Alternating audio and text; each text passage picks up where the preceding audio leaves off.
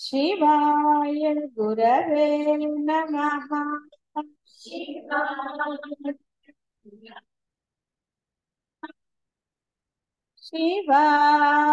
गुरवे नमः।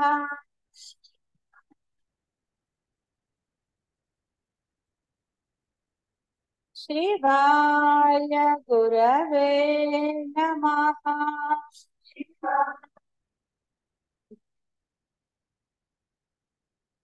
शिवाय गुरवे नमः।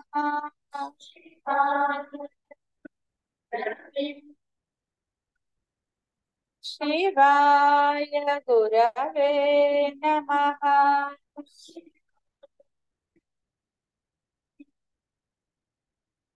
शिवाय गुरवे नमः।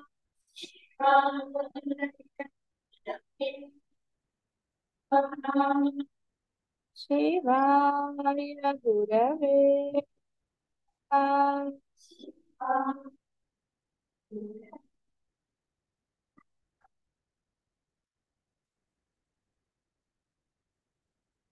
సరే, ఒక దృష్టాంతం చెప్పాడు రాముల వారు.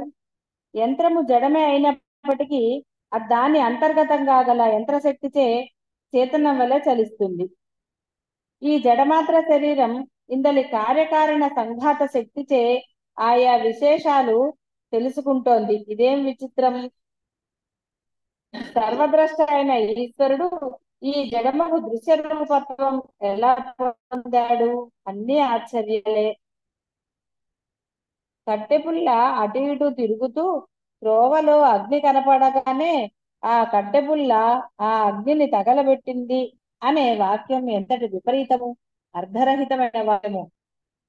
సర్వద్రష్ట అయిన ఈశ్వరుడే ఈ జడ జ్ఞేయ స్వరూపంగా అయ్యాడు అనేది అంతటి అర్ధరహితం కాదా అని అడిగారు. అప్పుడు వశిష్ఠుల వారు, నీ దృష్టాంతం ఆశ్చర్యాన్ని గొల్పగలదు. అయితే దృశ్యం మొదలే అసంభవం. అట్టి మొదలంట అసంభవమైన దృశ్య రూపములను ఆ ఆత్మ సంతరించుకోవటం అనే ప్రసక్తి ఎక్కడిది? అయితే ఒకవేళ దృశ్యం వేరుగా కనబడుతున్నది అంటావా? దృక్ మాత్రము చిద్ఘనాకారము సర్వాత్మకము అయినట్టి చిదాత్మయే. ద్రష్ట దర్శనము దృశ్యము అనబడి అనాది అనంతమగు శుద్ధ చిదాత్మయే జగత్తును కల్పించటం వలన ఈ జగత్తు భాషిస్తోంది.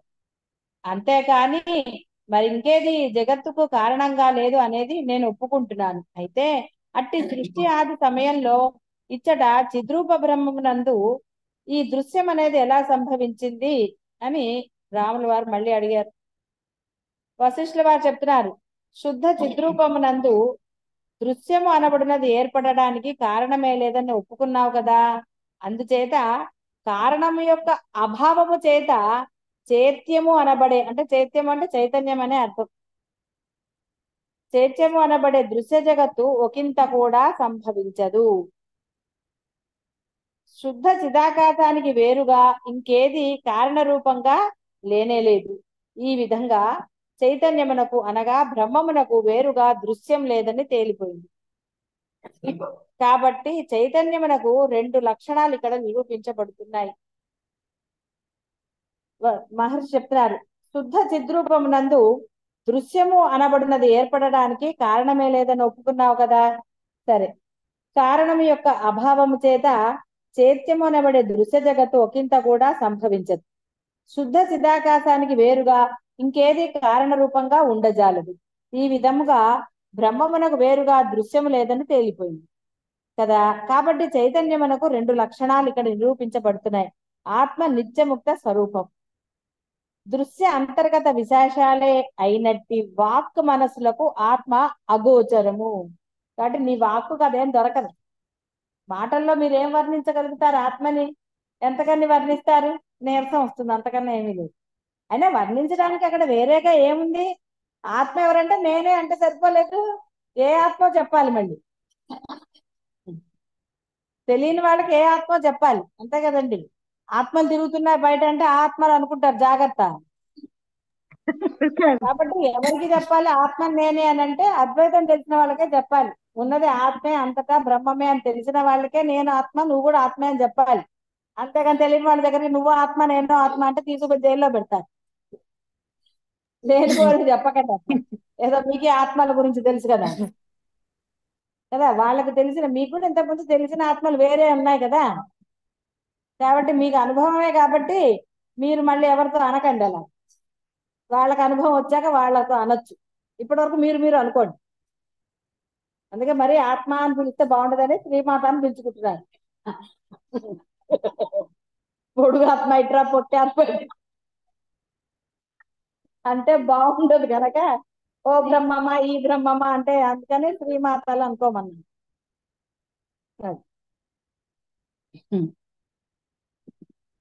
రాముడికి మళ్ళీ అనుమానం పాపం. మహర్షి, మీరు ఆత్మ సర్వదా ముక్తమే అయి ఉన్నది, దేనికి పట్టుబడేది కాదు అని సిద్ధాంతీకరిస్తున్నారు. బాగుంది. అయితే ఆత్మ నిత్యముక్తం అయి ఉన్నప్పుడు మరి ఈ అహంకారం మొదలగా గల రూపము ఈ జగత్తు ఎలా వచ్చింది? ఆ జగత్తు నుంచి ఆయన యువతలకి ఎలా వస్తారు? ఆయన కనపడింది అదే కదా, బయటకు వెళ్ళి చూసి వచ్చింది అంతా జగత్తే. ఎక్కడ లేని జగత్తు అదంతా నానా రకాల బాధలతోటి రకరకాలుగా ఉంది కాబట్టి ఇంకా జగత్తునే ఆయన పాపం అంటే ఏ సందేహం ఉందో దాన్ని మొత్తం నిర్మూలన అయితే కానీ ఇప్పుడు శైలుకి సౌందర్యకి వాళ్ళకి సాటిస్ఫాక్షన్ ఉండదు, ఇంకా ఎక్కడో ఉందంటారు. అదే మంచి పద్ధతి కూడా. అంటే లేస మాత్రమైన సందేహం ఉండరాదు. అలా ఇంకా అడిగాడు, జగత్ ఎలా ఉదయించింది, ఎక్కడి నుండి ఉత్పన్నమైనది, అట్టి జగత్తులో ప్రవేశించి జీవుని యొక్క ఊపిరి పీల్చుకోవడం అనే స్పందనము నుండి ఆయా సర్వ విషయముల జ్ఞానం ఎలా కలుగుతోంది. ఆత్మ సర్వదా నిత్యముక్తము, దృశ్యమునకు అతీతం అయినప్పుడు ఇహ గురువులు శాస్త్రాలు సాధనాలు నియమాలు మహత్ ఆశయాలు దీనిని సద్వినియోగపరుచుకోవటం ఇటువంటి విషయాలతో పనే ఉంది. అందరూ ఆత్మగా ఉంటే అసలు పనే లేదు. ఆత్మగా లేకపోవడం బట్టిగా దిగోవాలంట. ఆత్మగా ఉండండి అన్న తర్వాత కూడా ఉండట్లేదు కాబట్టి ఇంకా గోవాలి. లేదా బోధ ఎందుకుంది? ఇంకా ఏదుంది? గురువుల అవసరం ఏముంది? అప్పుడు ఉందా? గురువుల అవసరం ఏం లేదు కదా అప్పుడు. తెలుసా, ఇప్పుడు మీరు ఆచరణలో పెట్టాక గురువు ఆవశ్యకత ఎప్పటి వరకు ఉంది? తర్వాత అవసరం లేదంటే తీసుకెళ్ళేసి ఇంకా బై బై రామ్ రామ్ అని చెప్పమని కాదు అర్థం. బోధ ఆవశ్యకత లేదు. కాబట్టి గురువులు ఎప్పుడు అవసరం వచ్చింది? మనం అజ్ఞానంలో ఉన్నప్పుడు మనం అంటే ఏమిటో తెలియదు కాబట్టి నేను ఎవరనేది తెలుసుకోవడం కోసం గురువు ఆవశ్యకత ఏర్పడింది. అందరికీ గురువుల ఆవశ్యకత. రమణ మహర్షి గురువు ఉన్నాడా? పాపం లేడు, ఆయనకి సాక్షాత్ పరమేశ్వరుడే. అలా కొంతమందికి ఎలాగ ఇప్పుడు మనకు ప్రహ్లాదుడికి విష్ణుమూర్తి వచ్చి బోధ చేశాడు. ఇలా కొంతమందికి వాళ్ళు అంటే ఎవరికి శరణాగతి పొందారో ఏ దైవానికి, దైవం వచ్చి వాళ్ళకి కొందరికి బోధ చేసింది, కొందరిని నడిపించింది, రకరకాలు. ఆయన నడిపించింది కదా మరి, కాబట్టి శివుడు నడిపించాడు, వచ్చాడు, అయిపోయింది ఆయన పని. కాబట్టి అలా అందరికీ ఎవరికి ఆవశ్యకత ఉందో అది పూర్వజన్మ ఇవన్నీ ఎందుకు, లెక్కలు ఎందుకు? గురువు దొరికాక మళ్ళీ లెక్క వేసుకోకూడదు. ఎక్స్ వాల్యూ తెలిసాక ఇంకా మళ్ళీ ఎందుకండి? వాల్యూ తెలిసాక ఇంకా అక్కర్లే కదా, లెక్కలతో పని ఏమైనా ఉందా? ఆల్జిబ్రాతో కానీ దేంతో కానీ పని ఏం లేదు. కాబట్టి చక్కగా ఇక్కడ అర్థం ఏంటంటే తెలియని వాళ్ళ కోసం గురువులు శాస్త్రాలు నియమాలు. ఇప్పుడు ఇది లేదు కాబట్టి మీరు దీక్షలు తీసుకోవాలి. మరి ఏం చేస్తారు తీసుకోక? ఎందుకంటే దీక్ష లేకుండా మీరు పొందట్లేదు కాబట్టి, నియమం లేకపోతే సిద్ధించట్లేదు కాబట్టి, లోపం మీలోనే ఉంది కదా. కాబట్టి లోపం ఉన్న వాళ్ళకే సరే, ఎవడికి రోగం ఉందో వాడు మందు వేసుకోవాలి కానీ పక్కవాడు వేసుకుంటాడా? వేసుకోడు కదా మందు. ఎవరి రోగం వాడేసుకోవాలి. డాక్టర్ చెబుతాడు, చెబితే మీరు వేసుకోవాలి. అంతేకాని సార్ నా బదులు మీరు మింగండి అంటే తల్లి మింగుతుంది ఆ పిల్లల కోసం. అలా రకరకాలు. కాబట్టి ఇక్కడ ఆవశ్యకత అంటే అద్వైతంలో నీకు గురువు ఆవశ్యకత అనేది ఉన్నది. ఎందుకు? నీకు తెలియలేదు కాబట్టి. అంటే నువ్వు ఎక్కడో అక్కడ శరణాగతి పొందలేదు కాబట్టి గురువు అవసరం. నువ్వు నమ్మిన దైవానికి నువ్వు శరణాగతి పొందుంటే అది వేరే విషయం. ఏ గురువుని తీసుకురావాలో వస్తారు, వాళ్ళ పని వెళ్ళిపోతారు. ఆ గురువులతో బంధం ఎక్కడుంది? లేదు. ఆ గురువులు వాళ్ళు దేనికోసం వచ్చారో వాళ్ళ పని చేశారు, వెళ్ళిపోయారు. ఇంకా గురువులతో అసలు ఎక్కడా ఏం లేదు. ఎందుకంటే ఆ గురువులు కేవలం అంతే, వాళ్ళు ఒక పని కోసం వచ్చారు, వాళ్ళు పని చేస్తున్నారు, వాళ్ళు వెళ్ళిపోయారు. ఎటు నడిపించాలో మిగతాదంతా ఆ గురు శక్తి నడిపిస్తుందా, అమ్మాయి నడిపిస్తుందా, అన్ని శక్తులు ఒకటే, భేదమే లేదు శక్తుల్లో ఇక్కడ. గురు శక్తి అయినా అమ్మ శక్తి అయినా ఒకటే. కానీ ఎవరి ఆవశ్యకత ఉందో వాళ్ళే నడిపిస్తారు. ఎవరు ఇది తీసుకుంటారు అంటే వహామ్యహం అని ఎవరు అంటారో వాళ్ళకే తప్పదు కదండి, వాళ్ళు తీసుకుంటారు. అంటే ఇక్కడ అందుకోసం గురువులు అవసరం, కానీ మార్గంలో ప్రయాణించడానికి మార్గదర్శకుడు ఎప్పుడు కావాలి, మార్గం తెలియనప్పుడు కావాలి. మార్గం తెలిసాక మామూలు బాహ్యంలో అయితే వాడు వెళ్ళిపోతాడు. మళ్ళీ ఎక్కడైనా ఏ వైజంక్షన్ ఏదన్నా వస్తే మళ్ళీ గోల. ముందే చెప్తే పర్వాలేదు కదా, చెప్పకపోతే. అందుకని అట్లా మనకి మార్గదర్శకుడు దేనికి, మన గమ్యస్థానం చేరే వరకు వాడితో పని ఉంది. గమ్యస్థానం చేరాక వాళ్ళతో పనే ఉందా, మెట్లన్నీ ఎక్కాక మళ్ళీ మెట్లను పట్టు కూర్చుంటారా, అక్కర్లేదు. ఇంకా ఎక్కా మనం డెస్టినేషన్కి వెళ్ళిపోయాం, అయిపోయింది. అలానే అదే వాళ్ళని తోలనాడడం అని కాదు, దాంతో ఆవశ్యకత లేదు మీకు.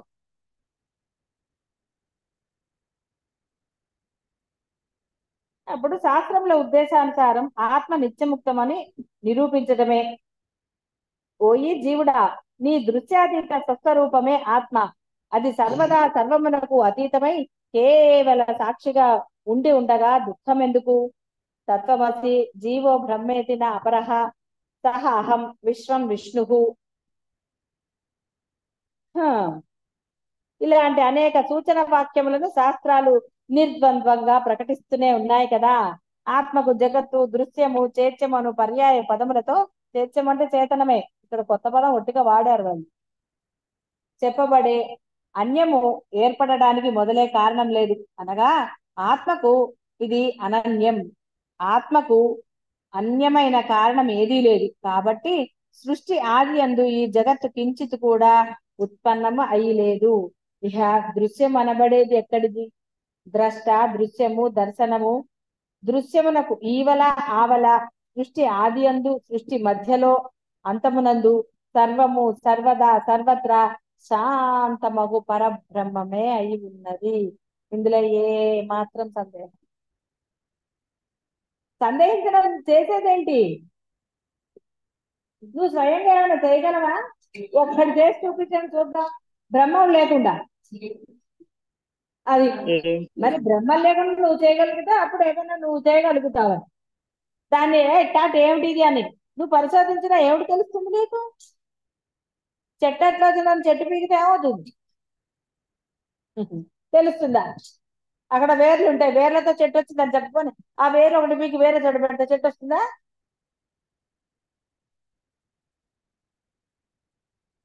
మళ్ళీ ఆ విత్తనాలన్నీ వస్తాయని కూడా గ్యారెంటీ లేదు కదా.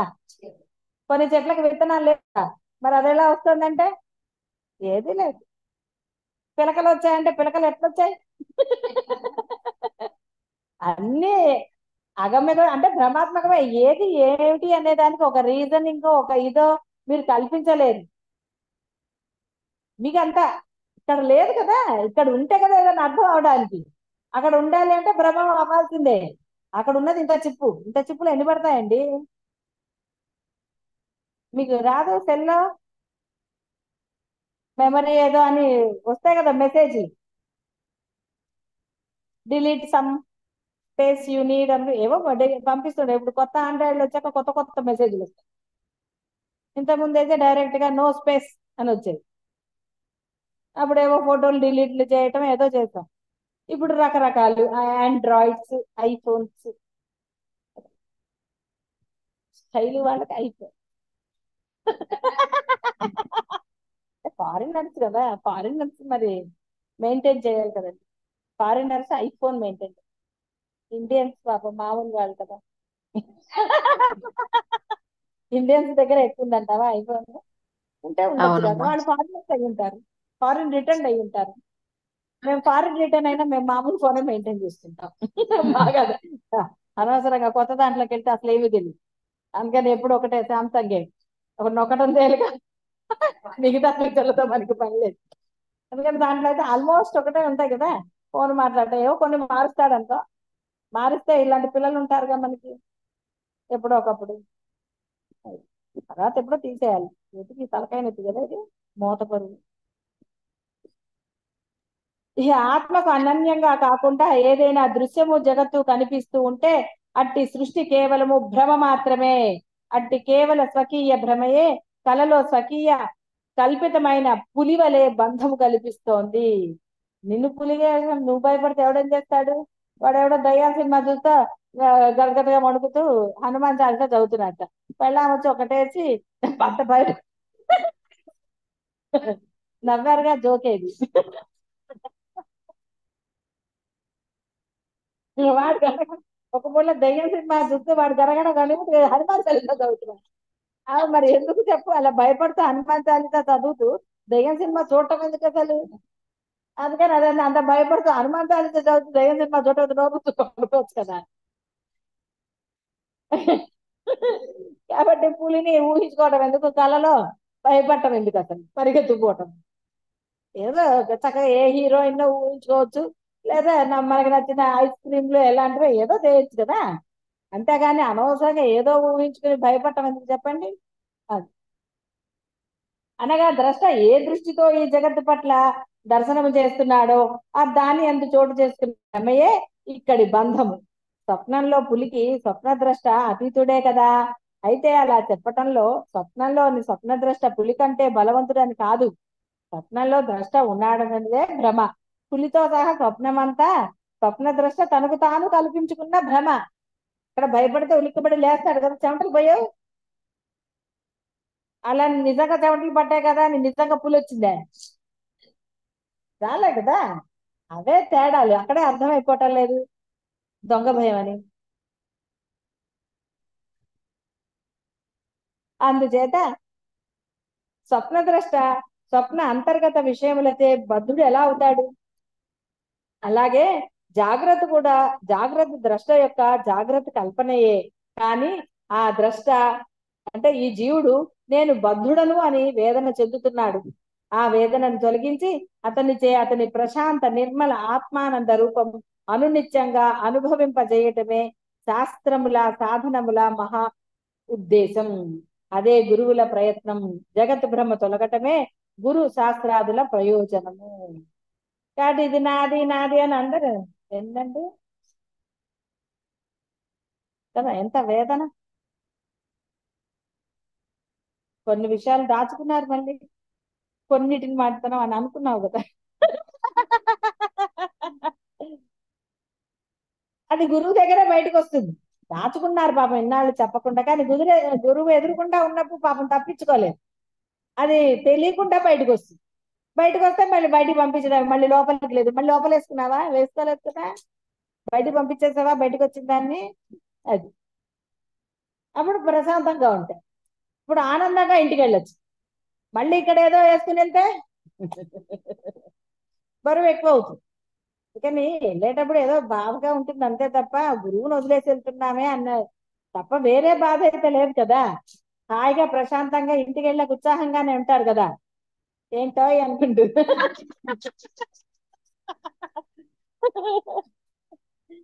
అలా హుషారుగా ఉంటారు ఇంటికి వెళ్ళాక.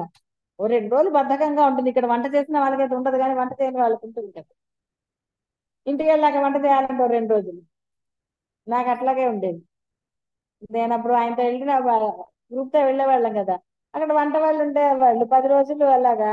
హాయిగా ఏముంది, శుభ్రంగా టైంకి తింటమే కదా. ఇంటికి వచ్చాక వంట చేయాలంటే ఒక 2, 3 రోజులు పరమ బద్ధకంగా ఉండేది. కానీ ఏం చేస్తాం, 10 రోజులు పాప ఆల్రెడీ పిల్లలకి సరిగ్గా లేదు కదా అని వండేవాళ్ళం అంతా. చెప్తున్నాను అసలు అప్పుడు బద్ధకంగా ఉంటుంది కదా. ఇంకా 10 రోజులు ఉండే అలా అనుకోలేదు. ఎంత వెళ్ళినా ఆ బద్ధకం అనేది వస్తుంది. కానీ చేశాను, మీకేం అనుమానం అక్కడ కావాలంటే అడగచ్చు. కాబట్టి ఆ వేదనను తొలగించి అతనికి ప్రశాంత నిర్మల ఆత్మానంద రూపం అనునిత్యంగా అనుభవింప చేయటమే గురువుల ఉద్దేశం. శాస్త్రంలో ఎందుకు మళ్ళీ చెప్పట్లేదంటే శాస్త్రాలు చదివితే మీకు అర్థం కాదు కదా. అర్థమైపోతే ఇంకా గొడవ ఎందుకు, అసలు గురు బోధే అక్కర్లేదు. అలా అర్థం కాదు కాబట్టే గురువు. ఆ శాస్త్రాన్ని బోధించాలన్నా మరి గురువే కావాలి కదా. ఆ సూక్ష్మం మీకు అర్థం కావాలంటే ఒక వాక్యంలోని సూక్ష్మం, అందులో సూక్ష్మం ఉందని కూడా తెలియాలి కదా ముందు అసలు. అక్కడ సూక్ష్మం ఉందని తెలియకపోతే మామూలుగా కథలాగా చదువుకుంటూ వెళ్ళిపోతారు, అర్థం కాదు కదా. రాముల వారు అంటున్నారు, మహాత్మా మనమందరం సర్వదా ఏ స్వరూపమై ఉన్నామో అట్టి నిర్మల పరబ్రహ్మమునకు చలనాదులు లేవు. వాక్కుకు మనస్సుకు ఆవల ఉన్నది, మనోవాకులకు అవిషయమై ఉన్నది, సదా సత్ప్రకాశ రూపమై ఉన్నది, నిర్మలము నిత్యముక్తము అయి ఉన్నది అని మీరు సశాస్త్రీయంగా ప్రకటిస్తున్న సత్యమునకు మేము సదా అంగీకార పూర్వకంగా జేజేలు అంటే మీరు వేరే అనుకోకండి, అంటే నమస్కరిస్తున్నాము అని అర్థం, అంతేగాని చప్పట్లు కొట్టడం కాదు, నమస్కరిస్తున్నాము అని అర్థం. ఈ జగత్తు ఆ పరబ్రహ్మమునందే అనన్యంగా గాని భ్రమరూపంగా గాని అనుభవమగుతున్నది కదా. బ్రహ్మమునందు ద్వైతమే లేనప్పటికీ ఈ బ్రహ్మ అనే ద్వైతం ఏ కారణం చేత ఎవనికి ఎందుకు కలుగుతోంది, ఇది చెప్పమని ప్రార్థిస్తున్నాను అన్నాడు. నాయన రామచంద్ర, బుద్ధి దోషయుక్తంగా ఉన్నప్పుడు దృష్టిలోని ద్వైతమే జగత్తు దర్శన రూపంగా ప్రదర్శితమవుతోంది. శాస్త్రములు చెప్పిన సాధనలచే బుద్ధి నిర్మలమవగా అప్పుడు గురువాక్యాలు ఆ బుద్ధిలో సారూపత్వం పొందగలవు. అట్టి బుద్ధి యొక్క వికాసముచే బ్రహ్మతత్వం పొందిన వాని దృష్టి యందు బ్రహ్మమునకు వేరైన కారణమే రహితమైపోతోంది. అట్టి నిర్మల శాస్త్ర విజ్ఞాన పరిపుష్ట గురువాక్యం మననశీలక బుద్ధి యొక్క దృష్టిలో ఈ జగత్తు మొదలే ఉత్పన్నము కానిదిగా అగుచున్నది. మొదలే లేనిది, ఉత్పన్నం కానిది ఇహ తొలగవలసి రావటం ఎక్కడున్నదయ్యా. కాబట్టి జగత్తు భ్రమయే మొదలంటా తొలగగా, అంటే జగత్తు భ్రమ అన్న ఇదంతా ఈ జగత్తు దృశ్యం అంతా కూడా బ్రహ్మముగానే సర్వం కల్విదం బ్రహ్మ అని అనుభవం ఉంటుంది. కాబట్టి రామ, నేను నీవు దృశ్యములతో కూడిన ఈ జగత్తంతా కూడా శాంతము నిర్వికారము ఏకమవు ఆత్మయే. ఎండమావులలో జలమే ఉండదు అని గ్రహించిన తర్వాత ఇహ ఎండమావులతో జలం ఎందుచేత కనిపించింది అనే ప్రశ్న యొక్క అగత్యం ఎక్కడిది? బ్రహ్మ అని తెలిసాక కూడా ఎందుకు వచ్చింది ప్రశ్న అని ఎలా అడుగుతారు? కాబట్టి మీ ప్రశ్న అర్థవంతం కాదయ్యా. తెలిసిన తర్వాత ఇంకా ప్రశ్న ఏమిటి? తెలియనప్పుడు అంగీకరించావు కదా, అంగీకరించిన తర్వాత మళ్ళీ ఈ భ్రమ ఎక్కడి నుంచి వచ్చింది అంటే అది అర్థమైన ప్రశ్న కాదు కదా. నిన్న చెప్పున్న కుందేళ్ళు పరిగెడుతోంది, కొమ్ములు ఉన్నాయి, అదేమిటి ఒకదానికి ఇలాగా ఒకదానికి ఇలాగా ఉన్నాయి అంటే అర్థం ఉందా? అసలు కొమ్ములే లేవు కుందేలు. దాని గురించిన వివరణ, వాదన, సంభాషణ. ఓ సినిమా చూసి వచ్చిన తర్వాత దాని గురించినవి అవసరమా? అయిపోయింది, వాడు తీసాడు, ఏం జరుగుతుందో అది అంతే. అది అంతేగాని మీరు వివరించి వాడిని తిట్టో వాడిని మెచ్చుకున్నా ఏం చేస్తే వాడికి ఏంటి ఉపయోగం ఉందా? అసలు అడగండి. మీ ఇంట్లో జరిగిన సంఘటనలే ఒక 10 నిమిషాల ముందర జరిగిన సంఘటనని ఇప్పుడు మీరు విమర్శించుకున్నా కొట్టుకున్నా ఏమన్నా ఉపయోగం ఉందా? జరిగిపోయింది కదా అది. మరి జరిగిపోయిన దాని గురించి ఎందుకంటే ఇంకా అది ఏం చేయలేరు మీరు. కాబట్టి ఇది భ్రమే. నువ్వు కొట్టుకున్నా భ్రమే, ప్రేమగా ఉన్నా భ్రమే. బ్రహ్మం అయితేనే భ్రమ లేదు. బ్రహ్మం కాని వాడికి అంతా భ్రమే, అంతా ఏడుపులే. అందుకనే బుద్ధి దోషయుక్తంగా ఉన్నప్పుడు అని చెప్పాడు. బుద్ధి దోషయుక్తంగా ఉన్నప్పుడు అదే కదా అజ్ఞానం. ఇన్నాళ్ళు మీరు రకరకాలుగా అనుకోలేదు, ఒక్కొక్కటి ఒక్కొక్క రకంగా అనుకోలేదా? ఎన్ని అనుకున్నా మీ గురించి మీరు కూడా కొన్ని అనుకున్నారు కదా పాపం. అవునండి. అంతే. మరి అవన్నీ నిజాలా? కాదమ్మా. తెలిసాక ఉండాలి, బుద్ధి సక్రమంగా ఉండాలి.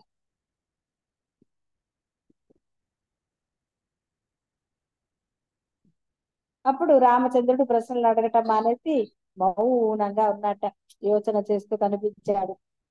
సభలో నిశ్శబ్దం తాండవించిందిట. అప్పుడు ఆయన చిరునవ్వుతో రాముల వారి వైపు చూశాట, వశిష్ఠుల వారు. అప్పుడు ఇలా అన్నాడు రాముడు,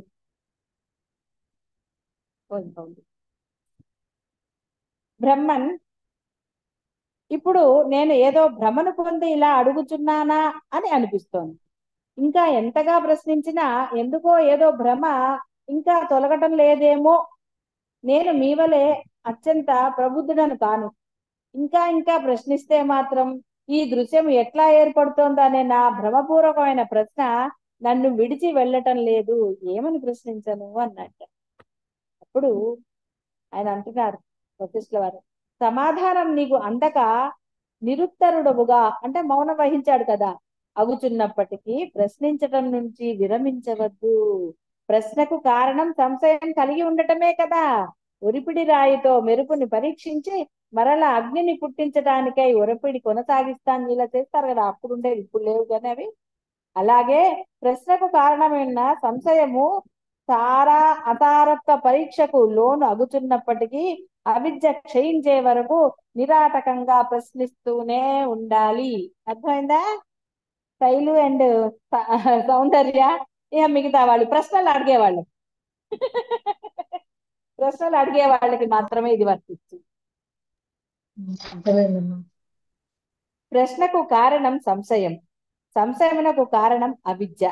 ప్రశ్నలచే క్రమంగా అవిద్య క్షయిస్తూ చివరికి అది తప్పక మటుమాయం అవుతుంది. అవిద్య పూర్తిగా క్షయించిన తరువాత స్వభావ సిద్ధంగానే వాక్కుకు అతీతమైనది, వాక్కుతో చెప్పనలివి కానిది సర్వోత్తమ స్వభావమగు ఆత్మయందు స్వయంగా విశ్రాంతి. విశ్రాంతిని పొందుతా అంటే నిద్రపోవటమా? ఆనందాన్ని అనుభవిస్తాడు. ఉన్నది అదేం తెలిసిపోయింది కదా, ఇక మళ్ళీ దేనికి దిగులిక్క.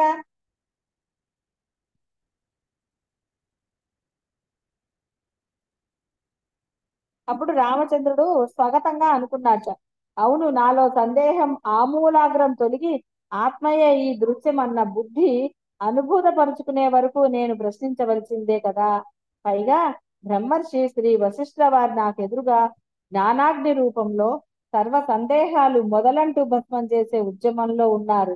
ఇక ఈ సమయ సందర్భాలను సద్వినియోగం చేసుకోవటమే ఉచితం కదా అని తలెత్తి మరలా ఇలా సంభాషించసాగట అనుకున్నట్ట తనలో తాను. అంటే మహర్షులకి ఇవి తెలుస్తాయి కదా, ఇదంతా వాల్మీకి చెప్తున్నాడు కదా, అందుకని అన్నాడు లాగా కరెక్టే కదా నేను అడగాల్సిందే అని. మళ్ళీ అడుగుతున్నాడు, మహాత్మ ఆత్మ యందు మొట్టమొదట ఆత్మకు వేరైన కారణమే లేదు కాబట్టి సృష్టి ఆది యందు ఈ సృష్టి ఉత్పన్నమే కాక ఉన్నదనే సిద్ధాంతం నేను గ్రహించాను. కానీ చేత్య చైత్య చేతన విభ్రమం, ద్రష్ట దృశ్యముల భ్రమ ఎవరికి కలుగుతోంది, ఎందుకు, ఎట్లు అనే సంశయం నాకు పూర్తిగా తొలగలేదు. అందుచేతనే నేను కాసేపు ఊరకనే ఉండిపోయాను. దయించి మరలా చెప్పండి, ఈ సంశయ విభ్రమం తొలగేది ఎలాగా? ద్రష్టత్వం పొందుచున్నది ఎవరు, ఆత్మయా జీవుడా? ఆత్మ నిత్య నిర్మలం కాబట్టి దానికి దృశ్యత్వం ఉండదు కదా. ఇహ జీవుడు దృశ్యాన్ని పొందుచున్నాడు అని అంటే ఆత్మకు వేరుగా జీవుడు అనబడే దృశ్య ద్రష్ట ఉన్నాడా అని అడిగాడు. వశిష్ఠుల వారు చెప్పారు, రామచంద్ర ఈ దృశ్యం మొదలే ఉత్పన్నమై ఉండలేదు. ఈ దృశ్యం మొదలే ఉత్పన్నమై ఉండలేదు అని నేను సిద్ధాంతీకరించినది గ్రహించానని అన్నావు కదా.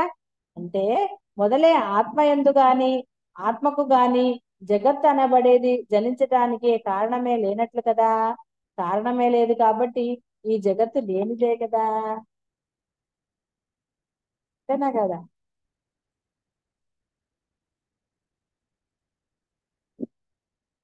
సర్వత్రా ప్రశాంతమగు పరమాత్మయే సర్వముగా ఏర్పడి ఉన్నది. ఇహ భ్రాంతి ఎప్పుడు లేని. భ్రాంతి అంటావా ఇక భ్రాంతి అంటావా, భ్రాంతి కూడా లేనిదే. ఏది భ్రాంతి అని, భ్రాంతి ఉన్నదని నీకు అనిపిస్తోందో, అంటే ఏది భ్రాంతి, ఆ భ్రాంతి ఉన్నదని నీకు అనిపిస్తోందో అది శుద్ధ పరమాత్మ సర్వత్రా సర్వముగా కలదు అనే అభ్యాసము లోపించటం చేత మాత్రం. మొదట్లో మీరు కూడా ఎన్ని అసలు సాధన మొదట్లో ఒప్పుకున్నారు అన్ని, ఇప్పుడు పర్వాలేదు కానీ ఇంకా కొంచెం దాచుకున్నారు కదా, ఇంకా కొంచెం నేను నాది ఎక్కడ ఉందా, ఉంది తలకాయలు ఇలా ఇలా ఉంది. తెలిసిన తర్వాత మరి అంతా భ్రమే కదా, ఎందుకు దాన్ని దాచుకోవడం ఎందుకు మరి, మీ ఇష్టం ఇంకా. కాబట్టి అభ్యాసం లోపించడం చేత మాత్రమే అలా అనిపిస్తోంది. అట్టి దృఢ జ్ఞానం నీకు ఇంకా కలగకపోవటం చేతనే ఆత్మ వేరు దృశ్యం వేరు అని అనుకుంటున్నావు. దృశ్యమే లేనప్పుడు ద్రష్ట ఆత్మకు వేరుగా లేడని వేరే చెప్పాలా? దీపం లేకపోవటం చేతనే చీకటిగా ఉన్నది అని చెప్పిన తర్వాత దీపం ఉంటే చీకటి ఉండదని వేరుగా చెప్పాలా? అందుకే అన్ని డైలాగులు వద్దంటాను, ఏదో ఒకటి సూక్ష్మంగా అడిగిన దానికి సమాధానం చెప్పండి. అడిగిన దాని కాక ముందు వెనకాల అన్ని చెబుతాను, అసలు సమాధానం చెప్తే చాలు కదా. అది అలవాటు చేసుకోవాలి. అంతా ఆత్మస్వరూపమే అని గ్రహించి తద్రూపంగా పరిశుద్ధ దర్శనశీలత్వంతో దృష్టి పరిపుష్టి పొందనంత వరకు విశ్రాంతి లభించదు. అంటే అర్థం ఏంటి? ఆనందం లభించదు కాక లభించదు. లేస మాత్రమైన ఏదిన్నా సరే అట్టి అవిశ్రాంతియే వ్యర్థంగా నానా సంశయాలను కలిగించటం జరుగుతోంది. వ్యర్థంగా. కాబట్టి సంశయాలంటే ఇందులోనే సంశయాలా? జీవితంలో సంశయాలు లేవు. ఏమండి వాళ్ళని తిట్టాలా వద్దా, వీళ్ళని అనాలా వద్దా, ఏం చేయాలంటే నానా సంశయాలు కదా. ఏం చేద్దాం, అది చేద్దామా, ఇది చేద్దామా అని సంశయాలు లేవు. ఇంకా ఉన్నాయి కదా.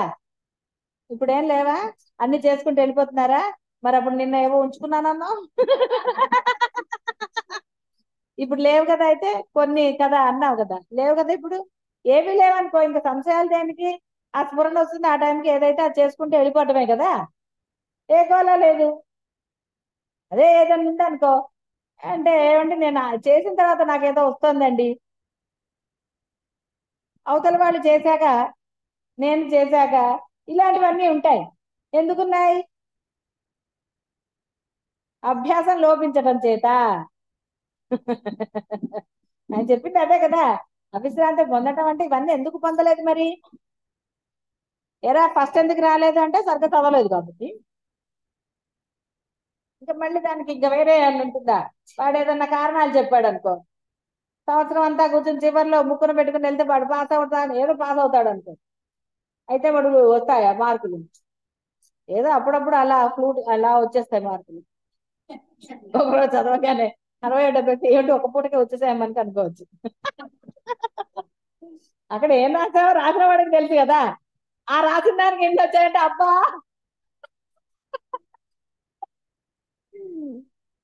అందుకని ఆశ్చర్యంగా ఉండదు అన్ని మార్కులు వాళ్ళు వేస్తే. అప్పుడు అర్థమైపోద్ది, అరే ఈ దాంట్లో కూడా చేయాల్సింది కదా, ఇంకా వచ్చేవి అనవసరంగా మనం మిస్ అయ్యామే ఛాన్స్. ఏదో ఒకసారి చేసాము, పాస్ అయిపోయి మళ్ళీ అప్పుడు తెలుస్తుంది కదా పేపర్లు వీళ్ళు దిద్దాక ఇన్ని మార్కులు వచ్చాయంటే. ఎంత ఆశ్చర్యంగా ఉంటుంది అసలు. ఎంత ఆశ్చర్యంగా. మనం రాసిన దానికి ఇన్ని మార్కులు ఇస్తారో వీళ్ళు. ఏం రాసామో మనకి తెలుసు కదా. అయినా చూడండి 60 మార్కులు 100కి. మీరు మళ్ళీ ఎంతకో అనుకునే 100కి 60 మార్కులు. సంస్కృతంలో ఒక్కొక్క చెప్పా కదే, 4-5 పేజీలకి ఒక్క ఆన్సర్. అంటే ఒక ప్రశ్నకి 4-5 పేజీలు రాయాలి. అంటే ఎంత కట్ట రాసుకుంటాం అసలు పాపం వేళ్ళు. పైన అసలు ఆ గాలి వచ్చేది. వాడు ఎంత రెండో అంతస్తులో పెట్టాడు ఎగ్జామ్. కిటికీలన్నీ తీశాడు, వేడి గాలి లోపలికి. నిమిషానికి ఒకసారి వచ్చి మంచినీళ్ళు అంటాడు. ఏమనేవాళ్ళు, మంచినీళ్ళు కొద్దిగా చిక్కి పట్టరావచ్చు కదా అని వేరే వాళ్ళు. నేను అనలేదు. ఏదో రాసేస్తుంటే పక్కన వేరే స్టూడెంట్ అవుతుంది, మేడం మీరు అంతగానే ఏం రాస్తున్నారు మేడం, నాకు రావట్లేదు. నేను అనుకున్నాను నేను రాసిన చెబుతా నువ్వు పో. ఏం రాస్తామండి ఇప్పుడు? చదువుకుంటే కొంచెమే అవుతుంది. సంస్కృతంలోనే రాయాలి. మళ్ళీ ఇష్టం వచ్చినట్టు ఇంగ్లీషు తెలుగులో రాయడానికి లేదు. సంస్కృతంలోనే రాయాలి. ఒక్క వాక్యము ఎక్కడ గ్యాప్ లేకుండా ఇంత పొడుగు రాయాలి. అది ఒకటే పదం అన్నమాట. అంత పదం గుర్తుపెట్టుకోవటమే చాలా గొప్ప అసలు. మళ్ళీ ఎక్కడ ఒక్కొక్క అక్షరానికి అసలు ఎలా అంటే అది ఎక్కడ ఒకటికి 4 సార్లు చదవాలి ఆ వాక్యం మనకు, అంటే ఆ పదం కరెక్ట్ గా రాసామో లేదో అని. ఆ ఒత్తులు రెండింటిని మ్యాచ్ చేయడం అవన్నీ అనుకుని రాయాలంటే నీరసం ముందే వస్తుంది. మరి దానికి 10 పేజీలు ఆన్సర్ రాయమంటే ఎక్కడి నుంచి రాస్తామండి అసలు? మరి టూ మచ్ కాకపోతే. అప్పటికేం చిన్నపిల్లలమా? అప్పటికి 30 దాటింది. అసలు రాయడమే గొప్ప అంటే మళ్ళీ 30 ఏళ్ళ వాళ్ళని ఇంత హింస పెడితే ఎట్లా అని ఏం చేసేవాళ్ళం అంటే, పైన ఆన్సర్ ఉంటుందండి కొంచెం, ఈ మధ్యలో మాకు గుర్తొచ్చిన సంస్కృతం రాసేసేవాళ్ళం. మళ్ళీ కింద కొంచెం అసలు ఆన్సర్ రాసేవాళ్ళం. మళ్ళీ కింద కొంచెం అంత కథ, ఏదో కథ. సంస్కృతంలో ఏది అసలు నువ్వు అసలు సంస్కృతంలోంచి వేరే వెళ్ళడానికే లేదు. మేము అనుకునేవాళ్ళం మనకే ఎంతుంటే వాడు చదివేవాడికి పిచ్చపట్టం. ఇన్ని పేపర్లు కరెక్షన్ చేయాలి కదా ఇంతమందిని, 50-60 మందిని కరెక్షన్ చేయొద్దు. 10 పేపర్లు చేసినా అసలు మన బుర్ర పాడవచ్చు. అంటే సంస్కృతం మీద బాగా ఇది ఉన్నప్పుడు ఏం పర్వాలేదు, చదువుకునే దశలో ఉన్నప్పుడు అంతే కదా. చదివి చదివి చదివి చదివి అబ్బా అబ్బా అబ్బా. ఎందుకంటే మరి సంస్కృతంలో రాయాలంటే తెలుగులో చదివినా సంస్కృత పదాలు కొన్ని తెలుసుకోవాలి. తెలుగులోనే చదువుకున్నాం మేము. తెలుగులో చదివి సంస్కృతంలో రాసాం. సంస్కృతం పుస్తకం తెస్తే మనకేం అర్థం అవుతుంది? మెహదీపట్నం వరకు వెళ్ళి చదువుకున్నాను మా సార్ దగ్గరికి వెళ్ళి. మన రాసే పరీక్షలకి ఆయన బాబు ఎంత కష్టపడి చెప్పాడు. కాబట్టి ఆయన సంస్కృతం పుస్తకాలు కొన్ని తెలుగులో దొరకవు, సంస్కృతంలోనే ఉంటాయి. కాబట్టి ఆయన దగ్గరికి వెళ్ళి చెప్పించుకుని అన్ని నోట్స్లు ప్రిపేర్ చేసి అన్ని తిప్పలు పడితే మీకు ఇంత సులభంగా ఉంది.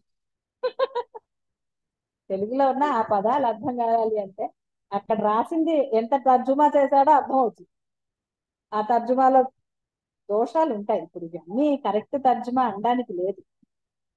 అంటే సంస్కృతంలో అపరిమితమైన జ్ఞానం ఉన్న వాళ్ళే కరెక్ట్ భావానికి తగ్గ పదం తెలుగులో వేయగలుగుతారు. అయితే వేయలేదు. అంత కష్టపడి 10 పేజీలు అని లెక్క పెట్టుకుని ఎన్ని పేజీలు అయిందో లెక్క పెట్టుకుని మళ్ళీ 1వ పేజీలో రాసింది ఉంటారు చూసారా, 3వ పేజీలో మళ్ళీ అదే ఉంటుంది. మళ్ళీ కొత్త దగ్గర పెట్టుకోవాలి. ఎంత రాస్తామండి? రాసేది ఉంటుంది కదా, దాన్ని డివైడ్ చేసుకునేవాళ్ళం అన్నట్టు. ఒక ఆన్సర్ ని డివైడ్ చేసి 1st పేజీలోది 3వ పేజీలో ఉంటుంది. అంటే ఇట్లా వెనక్కి తిప్పుతారు చూసారా, వాడికి ఇటు ఈ 2 పేజీలంతా మళ్ళీ ముందుకు వెళ్ళాడు కదా, ఈ లోపల మర్చి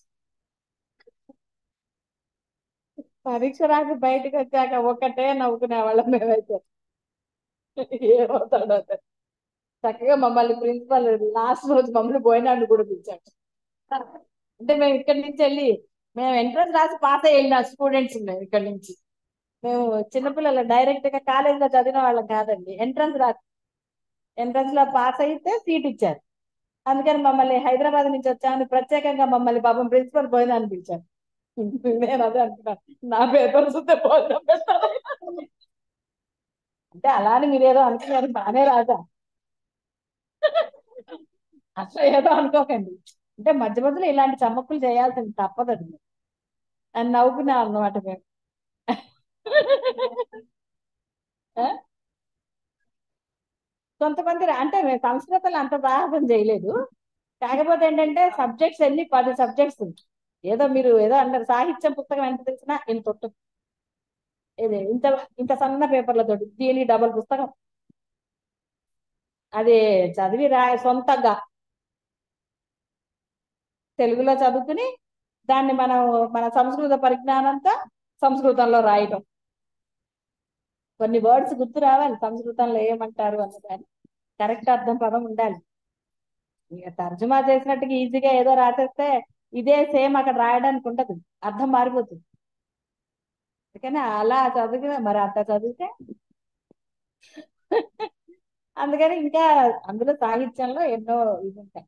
సాహిత్యం సబ్జెక్టు నేను తీసుకున్నాను కాబట్టి దాంట్లో ఎన్నో ఉంటాయి. కాబట్టి దాంట్లో ఒకటి దానికి అణువుగా ఉన్నది ఏదో సహజంగా ఉన్నది అందులో ఇరికిచ్చేయటమే మధ్యలో. దాన్ని ఇప్పుడు అడ్డుతో ఇటు కలిపినట్టుగా దాన్ని అడ్డు తీసుకొచ్చి ఈ కథకి లింక్ చేసేయటం అంతే. లేకపోతే అవ్వదు అమ్మా. ఏదో రెగ్యులర్ గా పిల్లలు అనుకోండి, ఇప్పుడు ఆ పిల్లలు అనుకోండి చదువుకుంటారు, గుర్తు పెట్టుకుంటారు, ఏదో చేస్తారు. ఆ ఏజ్ వచ్చిన తర్వాత అంత సంస్కృతం చదివి రాయాలి అంటే అన్ని సబ్జెక్ట్స్ అన్ని పేపర్లు ఎంత కష్టం.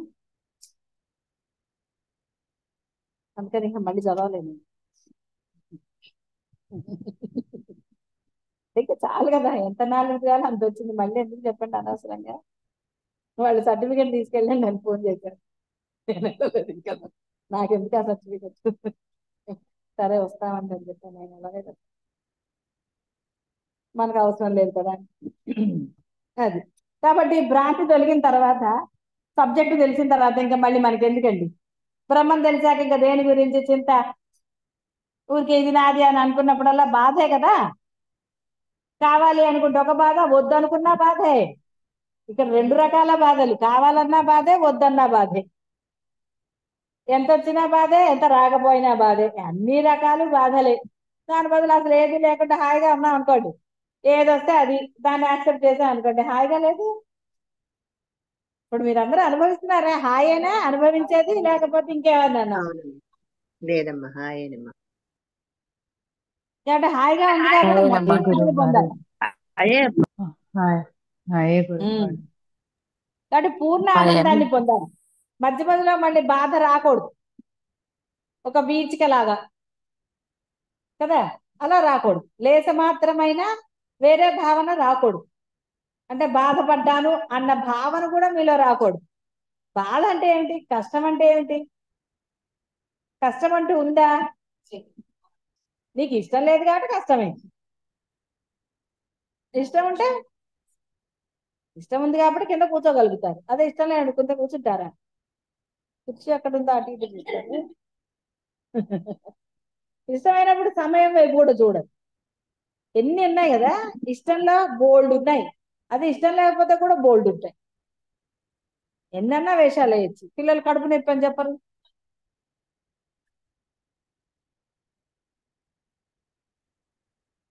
స్వామి అభ్యాసం లేకపోవడం చేత అని అంటున్నారు కదా. జగద్భ్రాంతికి కారణమే లేనప్పుడు ఈ అభ్యాసము అనభ్యాసం అనేవి ఎక్కడి నుంచి సంభవిస్తాయి? అసలు ఈ అభ్యాసం యొక్క అవసరం కలిగిస్తున్న భ్రాంతి ఎలా సంభవించింది? నేను నీవు మీరు అనుకుంటున్నారు కదా, అబ్బా మాకు కూడా ఇవే డౌట్లు కానీ అడగడానికి భయపడ్డాను అంటున్నారు కదా. నాకు తెలుసు బిడ్డ మీ సంగతులు. అందుకే ఎప్పుడు రాముడు చదవాలి, ఇప్పుడు చదువుతున్నాను. అందుకే నాకు తెలిసి ఎక్కడ చదవాలి. మీ సందేహాలు ఇక్కడ నాకు తెలుసు కాబట్టి ఇక్కడ చదువుతున్నాను. ఇంత ముందు అన్ని మీకు అక్కడ అవసరం లేదు ఆ ప్రశ్నలు. అంటే మీకు లేని ఆలోచనలు వస్తాయి. రాముల వారు అడిగారు, ఇక్కడ ఇవి మీవే.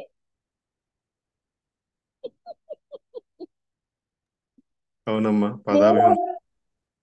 ఉమ్, నేను లేదమ్మా, నీవు ఏంటయ్యా? క్షమించండి అమ్మా. లేదమ్మా, క్షమించండి అమ్మా. ఏం లేదమ్మా. నేను నీవు ఈ దృశ్యం అనే భ్రాంతి ఇవన్నీ ఆత్మయే అయి ఉండి కూడా తత్ వ్యతిరిక్తంగా మాకు ఎందుకు అనిపిస్తోంది? అప్పుడు ఆయన చెప్తున్నారు, వాస్తవానికి ఏ భ్రాంతి లేదు. ఆత్మకు వ్యతిరిక్తమైనదంటూ ఎక్కడా ఏదీ లేదు. పరమాత్మ అనంత రూపుడు అవటం చేత నిజమాయచే ఇట్లు అనంతంగా భాషిస్తున్నాడు. జీవన్ముక్తుని దృష్టికి సర్వదా సర్వత్రా సర్వరూపములుగా పరబ్రహ్మమే తాండవిస్తున్నట్లు అనుభూతమవుతుంది. ఉండగానే ఇహ ఆపై సమస్త జీవులతోటి యథాతథంగా అందరిలాగానే ప్రవృత్తి కలిగి ఉంటున్నారు, అనుభూతం పొందుతారు. అలాగే మామూలు వాళ్ళతో మామూలుగానే ఉంటారు. అంతేగాని ఇందాకట్లాగా ఆత్మని నేను అంటారా? అనకూడదు. వాళ్ళు ఆత్మలు కాదు కాబట్టి వాళ్ళతో జీవుడితో జీవ లక్షణాలతోటే ఉండాలి. అంతేగాని ఆత్మ లక్షణాలతో ప్రవర్తించాలి. వాడు భయపడి పారిపోతే కష్టం కదా. అందుకని సమస్త జీవులతోటి యథాతథంగా అందరిలాగానే ప్రవృత్తి కలిగి ఉంటారు. చిద్ఘనము నాశరహితమగు పరమాత్మయే నేను నీవు జగత్తులుగా భాషిస్తున్నదని తెలుసుకొని ఉండి వ్యవహారములలో పాల్గొనుచున్నాడు. మీ వంశమునకు ఆది పురుషుడగు రఘువు అలాగే జనక మహారాజు మొదలైన వారెందరో సభయందు పాల్గొనుచు మన ఈ సంవాదాన్ని ఆలకిస్తున్న అనేక మంది జీవన్ముక్తులు వ్యవహార రీత్యా జగద్విషయములందు పాల్గొంటూనే భ్రాంతి బ్రహ్మం యొక్క చమత్కారమే, అంతా పరబ్రహ్మమే అని నిర్దుష్టంగా సుస్పష్టంగా నిర్మల దర్శనము కలిగియే ఉంటున్నారు. సమస్తము పరమార్థమున చిద్గణమే అని తెలుసుకొని సమస్త వ్యవహారములందు జీవన్ముక్త ప్రవృత్తిని నీవు కూడా కలిగి ఉండేదవు కాక. కాబట్టి ఇక్కడ అతను భ్రాంతిని ఎవరు కలిగిస్తున్నారంటే ఆ భ్రాంతి నీకే కలిగింది. నీ యొక్క అజ్ఞానం, ఆ బుద్ధి యొక్క ఇందాక చెప్పాడు కదా, దాని వల్లనే కలిగింది. కాబట్టి ఏ భ్రాంతి లేదు, వ్యతిరిక్తమైనది లేదు. దాన్ని తెలుసుకున్న వాళ్ళు జీవలక్షణాలు అంటే జీవుడితో జీవలక్షణాలతోటే వ్యవహరిస్తారు. వాళ్ళేమి అది ఇదని చెప్పరు. వాళ్ళ మనసులో మటుకు వాళ్ళు ఎప్పుడు కూడా ఆ చిదానందాన్నే పొందుతారు అన్నదానికి ఇది చెప్పాడు. అంతేగాని ఆ ప్రశ్నకి ఇది సమాధానం కాదు అనుకోకండి. ఎందుకంటే అక్కడ ఆయన చెప్పిన భ్రాంతి అవసరం కలిగిన భ్రాంతి ఎలా సంభవించింది, నేను నీవు దృశ్యమని అంటే చెప్తున్నాడు. ఎవరికైతే ఆ భ్రాంతి తొలగిందో వాళ్ళ వ్యవహారం కూడా ఎలా ఉంది, ఈ జగత్తు ఉన్నది అన్నట్టుగానే ఉంటుంది కదా. మరి వారే అలా ప్రవర్తిస్తున్నప్పుడు అజ్ఞాని అది నిజమనే అనుకుంటాడు. కానీ నిజంగా జ్ఞానులకి అది ఉందా? వాళ్ళకి తెలిసి ఇది భ్రాంతే. ఎండమావులంటే తెలుసు కాబట్టి వాళ్ళు ప్రయత్నం చెయ్యరు. చెయ్యని వాడు కదా పరిగెత్తుకుంటూ వెళ్తాడు. ఒక చోట అయినా కూడా మళ్ళీ పరిగెడతాడు. అక్కడెక్కడో కనపడుతుంది, అక్కడ నిజంగా ఉండొచ్చు అనుకుంటాడు. అక్కడికి వెళ్ళినా లభించదు, మళ్ళీ కనపడుతుంది, మళ్ళీ పరిగెడతాడు. ఈ ఎడారిలో అంటే ఇలాంటి ప్రదేశంలో జలం ఉండదు కాక ఉండదన్న బుద్ధి స్ఫురణ ఎప్పుడు వస్తుందో అప్పుడు వాడు పరుగు ఆపుతాడు. అలాగే ఈ యొక్క ఈ జగత్తు ఈ దృశ్యం అంతా కూడా నశించేదే. ఎక్కడా కూడా ఏది నిజము కాదు, ఏది ఎప్పుడులాగా ఉంటాంగా. నేనే ఎప్పటిలాగా లేనే, నాలోనే. పోనీ ఎప్పటిలాగా శరీరంలోనే కాదు, మీ ఆలోచనలలో మార్పు రాలేదు, బుద్ధిలో మార్పు రాలేదు, రకరకాలుగా. పోనీ బుద్ధి ఎప్పుడు ఒకలాగా ఉంటుందా? ఎందుకని లేదు అంటే మీరు సమాధానం చెప్పగలరా? కాబట్టి ఇవన్నీ కూడా భ్రాంతి అంతే. కాబట్టి ఎవరికైతే నిజం తెలిసిందో, తెలిసిన వాడు వీటన్నిటి పట్ల ఏ మాత్రం కూడా ఆసక్తి కలిగి ఉండడు. ఆసక్తి ఎలా కలిగి ఉంటాడు? ఇవన్నీ లేనివే. ఇవాళ ఉన్న బుద్ధి అంటే ఇవాళ అనుకుంటా అంటాను కదా, ఈ క్షణం ఉన్న బుద్ధి మరు క్షణం ఉండకపోవచ్చు. అలా ఎన్నో అనుభవాలు ఉన్నాయి కదా మీ అందరికీ. మరి మీది మీరే లేనప్పుడు జగత్తు గురించి ఎలా చెప్తారు? ఎలా ఇప్పుడే కదా ఇష్టం అన్నా మళ్ళీ ఇష్టం లేదు అని అంటే ఎలా? పిల్లలు చూడండి, చేసే వరకు చేయమని గొడవ చేస్తారు, చేశాక మాకు వద్దు పొమ్మ, నాకు ఇప్పుడు వద్దంటారు. ఎందుకు అనేదానికి? మరి ఇక్కడే నువ్వు ఏది చేయలేనప్పుడు ఆ జగత్తు భ్రాంతి అంటే నువ్వు కాదని ఎలా నిరూపిస్తావు? నిరూపించడానికి అది ఏది శాశ్వతంగా ఉంది? శాశ్వతంగా ఉందా? ఏదన్నా ఒకటి చూపించమనండి. శాశ్వతంగా ఉందా ఒకటన్నా? ఏదీ లేదు.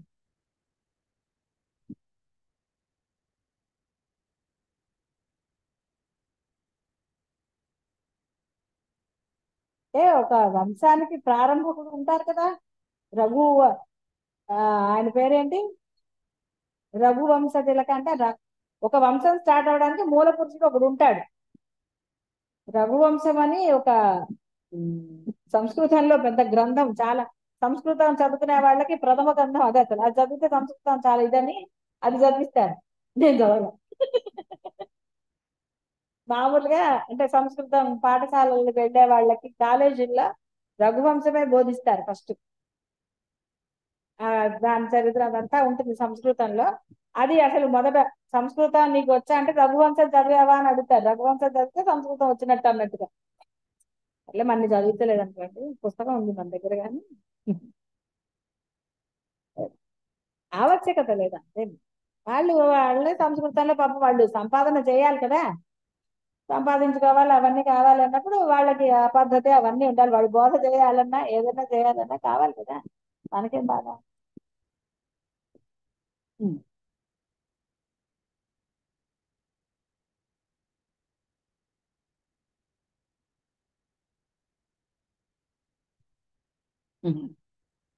స్వామి, వాస్తవానికి భ్రాంతి అనబడినదే లేదని అంటున్నారు కదా. అలా అయితే మరి మీరేమో జీవన్ముక్తులై జగత్ భ్రమ శమించగా ఇప్పుడు ఈ అధ్యాత్మ రూప శబ్ద సంపత్తిచే మాకు ప్రసాదిస్తున్నారు. తెలిసి తెలియని మేము మీ యొక్క ఉపదేశమునకు అర్హత పొందిన వారమై మీ ఉపదేశ మహాప్రసాదాన్ని పొందుచున్నాం. అనగా ఈ జగత్తునందు తమ వంటి భ్రాంతి రహితులకు జీవన్ముక్తులు, మా వంటి అల్ప అభ్యాసపరులకు భ్రాంతి దృష్టి కలవారు ఉన్నట్లే కదా. మరి భ్రాంతి లేదని అనటం ఎట్లా? భ్రాంతియే లేకపోయి ఉంటే ఉపదేశం చేయటానికి భ్రాంతిని తొలగించటం కాకుండా మరి ఇంకే కారణం లేదు కదా. కనుక భ్రాంతి ఉన్నట్లేనా అని. అప్పుడు రామచంద్ర, జీవన్ముక్తుల దృష్టిలో ఉపదేశించువాడు ఉపదేశించబడువాడు ఇరువురు, అలాగే తదితరము అంతా కూడా ఈ సమస్తము కూడా బ్రహ్మమే. వాడికి ఏమన్నా భేదం ఉందా? తెలియదు కాబట్టి చెప్తున్నాడు. అలా అని మీరు వేరు అని అంటారా? మీలో ఉన్నది బ్రహ్మమే, అందులో సందేహం ఉందా? ఏం లేదు కదా. మీరు బ్రహ్మం కాదని ఊరుకుంటారా తెలిసిన తర్వాత? లేదు గురువు గారు. కాబట్టి అంతా కూడా సమస్తము కూడా బ్రహ్మమే. ఇదంతా బ్రహ్మమునందే నెలకొని ఉన్నది. బోధస్వరూపమగు పరమాత్మ యందు బంధమోక్షములు ఎలా ఉంటాయి? ఉండవు అన్నది సునిశ్చిత విషయమే కదా. కాబట్టి భ్రాంతి నువ్వు కల్పించుకున్నది, బుద్ధిలో కల్పించబడింది కదా, అంతే తప్ప నీవు అసలు వేరు కానే కాదు. బోధించేవాడికి వీడు అజ్ఞాని అని బోధిస్తున్నాడా? ఇక్కడ అర్థం ఏంటి? అజ్ఞాని అంటే అర్థం ఏంటి? వీడికి అసలు విషయం తెలియదు అని అర్థం, అంతే తప్ప వాడు బ్రహ్మము కాదు ఇప్పుడు వాడిని నేను బ్రహ్మంగా తయారు చేస్తాను అంటారా? ఒరే నువ్వు బ్రహ్మమేరా, కాబట్టి ఈ లక్షణాలతో ఉంటే ఇలా ఉండొచ్చు, ఆనందంగా ఉండొచ్చు అనే కదా చెప్పింది. లేకపోతే ఏమన్నా అన్నారా? ఓ తిరిగే ఆత్మ లేదు లేదు లేదమ్మా. తిరగమాకు, అంతటా నీవే ఉన్నావు, నువ్వు తిరగవలసిన అవసరము లేదు అని చెప్పారా? ఒట్టిగా వినట్లేదని పిశాచాలు అన్నారు. అంతే అమ్మా. అంటే పిశాచ బుద్ధి వేరు కదండి. పిశాచ బుద్ధి తెలుసు కదా, పైశాచికం అంటే అర్థం ఏంటి అది తెలుసు కదా. భలే డెఫినేషన్లు. వేరే డెఫినేషన్లు మర్చిపోయినా పైశాచికం అంటే మటుకు మర్చిపోలేదు. అది కాబట్టి అజ్ఞానం ఇంకా చాలా ఉందా? సరే, ఒక 2 నిమిషాలు. మహాత్మ ఆత్మ ఎందు ఆత్మకు వేరుగా సర్వ పదార్థములు అసంభవమై ఉన్నాయి కదా. మరి అజ్ఞానుల దృష్టి యందు ఈ దేశ కాల క్రియా ద్రవ్య భేదములతో కూడిన ఈ జగత్ సత్తా అంతా కూడా ఎలా స్థితి పొందింది? అప్పుడు ఆయన గట్టిగా నవ్వెట్ట. రామయ్య, అజ్ఞానుల దృష్టి యందు అంటున్నావు కదా, నీ ప్రశ్నకు సమాధానం నీ ప్రశ్నలోనే ఉంది కదా. అజ్ఞానుల దృష్టి అనగానే అర్థమైంది కదా, అందుకని ఆయన పక్కపక్క నవ్వెట్ట. అలా ఉండదు ఆయన ఇది చేశారు. అది. దేశకాల క్రియా ద్రవ్యాదిగా గల భేదమును చూచుచున్న అజ్ఞానుల దృష్టి యందు జగత్ సత్తా స్థితి పొంది ఉండడానికి కారణం అజ్ఞానం తప్ప మరింకేమీ కాదు. కాబట్టి అజ్ఞానం అంటే భ్రాంతే, లేనిది ఉన్నది అంటున్నాడు. మరి నువ్వు ఎప్పుడు ఒకేలాగా ఎందుకు లేవురా అంటే అర్థం ఏమైనా చెప్పగలరా? బుద్ధి ఎందుకు మారింది అంటే చెప్పగలరా? ఏది చెప్పలేదు. మీది మీరే చెప్పలేనప్పుడు జగత్తు గురించి ఏం చెబుతారు? మరి ఇది భ్రమ, మాయ ఏమిటి? దీనికి ఏ పేరు పెట్టుకున్నా సరే, ఏది పెట్టుకున్నా వ్యర్థమే కదా. లేని దానికి అలా అని ఉంటారా? మీరు ఉంటారు కదా, ఉంటారేంటి? అంతు తేల్చే వరకు నేను ఎక్కడికి వెళ్ళను అంటే ఉంటారా? మీరు అనడానికి లేదు. అప్పుడు బ్రహ్మ నేను కూడా చూస్తారండి అంత అంటాడు. ఇంకా ఆయన చూస్తే ఇంకా చేసేదే ఉందా కదా. అందుకని ఖాన్తో గేమ్స్ ఆడొచ్చు కానీ బ్రహ్మంతో గేమ్స్ ఆడదు.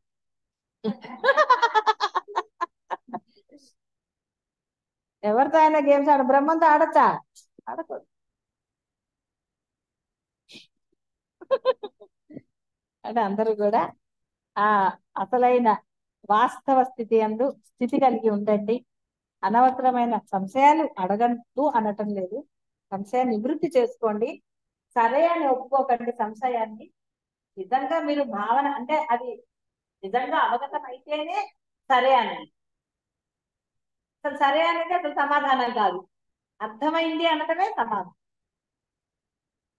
కాబట్టి సంశయ రహితులుగా ఉండండి తప్ప సంశయాత్మకులుగా ఉండకండి. ఎక్కడైనా ఆత్మే కదా. శుభం భూయాత్. శ్రీ గురుభ్యో